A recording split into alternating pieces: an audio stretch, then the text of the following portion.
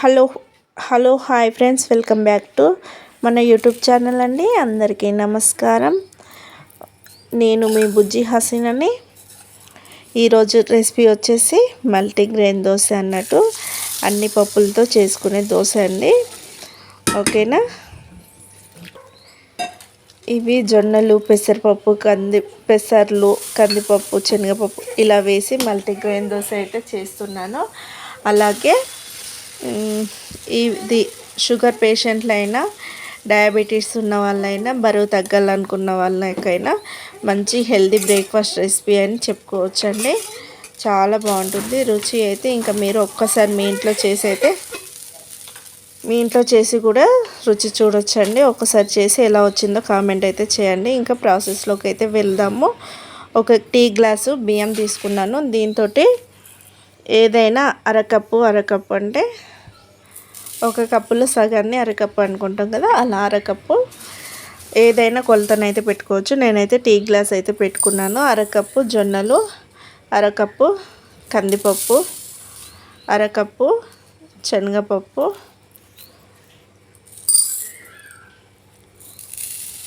ఈ బియ్యంలో సగము, అంటే బియ్యం ఒక గ్లాస్ తీసుకుంటే దాంట్లో సగము ఈ పప్పులు అయితే తీసుకుంటున్నాను. అలాగే అరకప్పు పెసర్లు, పొట్టు పెసర్లు అండి, అరకప్పు మినపగుండ్లు, పావు చెంచా వరకు మెంతులు అయితే తీసుకుంటున్నాను. ఈ మెంతులు మనకు హెయిర్ లాస్ ఉన్న, హెయిర్ బ్లాక్ కావాలన్నా చాలా యూజ్ అవుతుందండి. మనం బ్రేక్ఫాస్ట్ రెసిపీలోనైనా డైలీ ఒక పావు టేబుల్ స్పూన్ దేందులోనైనా కలుపుకొని తిన్నామనుకో చాలా బాగుంటాయి. హెయిర్ ఊడిపోకుండా, హెయిర్ లాస్ అస్సలు ఉండదు. ఇంక ఈ పప్పులన్నిటిని ఒక గిన్నెలోకి పోసుకొని డస్ట్, దుమ్ము, ధూళి ఇలాంటిది ఏమి లేకుండా ఒక 2 లేదా 3 సార్లు శుభ్రంగా కడుక్కోవాలండి. చూడండి, ఇలా 2-3 సార్లు కడుక్కున్నాక మళ్ళీ ఫ్రెష్ వాటర్ పోసి ఇంకా మూత పెట్టి నైట్ మొత్తం నాననియాలి. 8 నుండి 12 గంటల పాటు నాననిచ్చుకోవాలి. ఇవైతే బాగా నానినాయండి. చూడండి, ఇలా మనం ప్రెస్ చేస్తేనే, నేను నైట్లో పడుకునేటప్పుడు ఈ పప్పులన్నీ కలిపేసి వాటర్ పోసి అయితే నానబెట్టాను. ఉదయం కల్లా మంచిగా నానినాయి.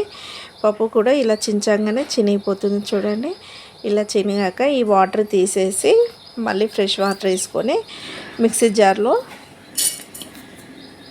వీటిని అన్నిటినీ వేసుకోవాలండి. ఈ పప్పుల మనం నైట్లో నానబెట్టుకున్న పప్పు, రైస్ ఇవన్నీ ఉన్నాయి కదా, ఇవన్నీ మిక్సీ జార్లో వేసుకొని మెత్తగా దోశ పిండి ఎలా ఉంటుందో అలా మిక్సీ పట్టుకోవాలి.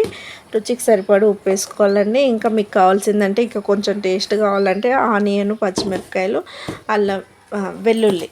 అల్లం ముక్క, వెల్లుల్లి కాదు, అల్లం ముక్క వేసుకొని మిక్సీ అయినా పట్టుకోవచ్చు. నేనైతే ఓన్లీ ప్లెయినే వేసాను.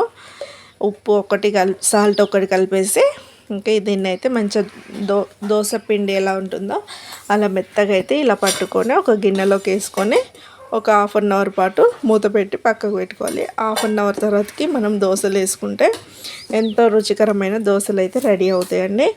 ఇంక ఇప్పుడైతే దోశలు అయితే వేస్తాను. స్టవ్ వెలిగించుకొని దోశ ప్యాన్ పెట్టుకోవాలండి.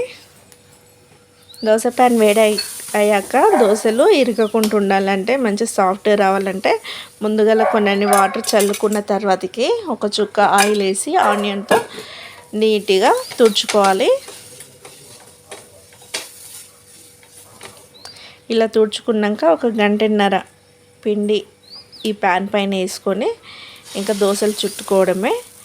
ఇలా మనకు ఇలాంటి గంటెతోటి అయితే మనకు దోశలు అనేటివి మంచిగా రౌండ్గా వస్తాయి. అదే మనము కటోరా, గ్లాస్ తోటి వేసుకున్నాం అనుకో, కొంచెం చేతి బరువు కొంచెం వెయిట్ ఎక్కువ అయ్యి మనకు దోశలు చినిగిపోతాయి, ముద్దకు వస్తాయి. అలా కాకుండా ఇలా కూరగంట ఉంటుంది కదా, గుంట గరిట, దాంతో వేసుకొని కొంచెం పైనుండి ఆయిల్ వేసుకొని ఇంకా దోశలు ఇలా ఎర్రగా కాలినాక 2 వైపులా కాల్చుకోవాలండి. దాన్ని గుంట గరిట అంటారు, కూరగంట కూడా అంటారు కదా.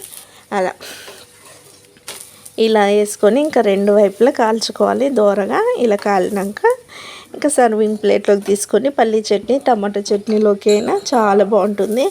ఆలు కుర్మాలోకి కూడా చాలా బాగుంటుందండి ఈ దోశలు. ఓకేనా. ఇంకా మిగిలిన పిండిని కూడా అదే విధంగా దోశలు వేసుకుంటే చాలా బాగుంటాయండి. ఓకేనా. ఇలా దోశ పిండి ప్యాన్ పైన వేసినాక ఇలా గంటతోటి చుట్టూరుగా చుట్టుకొని పైనుండి కొంచెం ఆయిల్ అప్లై చేసుకుంటే పైనుండి కొంచెం ఆయిల్ వేసుకొని 2 వైపులా కాల్చుకోవాలండి దోరగా. ఇలా దోరగా కాల్చుకొని ఇంకా మనము సర్వింగ్ ప్లేట్లోకి తీసుకొని సర్వ్ చేసుకుంటే ఎంతో రుచికరమైన మల్టీగ్రెయిన్ దోశ అయితే రెడీ అయింది ఫ్రెండ్స్. ఓకేనా. ఇంకా మిగిలిన పిండిని కూడా దానికే వేస్తా. వీడియో మొత్తం చూసి కామెంట్ చేయండి. ఓకేనా ఫ్రెండ్స్. ఈ వీడియో కనుక మీకు నచ్చినట్లయితే లైక్ చేయండి, షేర్ చేయండి, కామెంట్ చేయండి. ప్లీజ్ సబ్స్క్రైబ్ చేయండి friends. Bye bye bye bye. My subscribers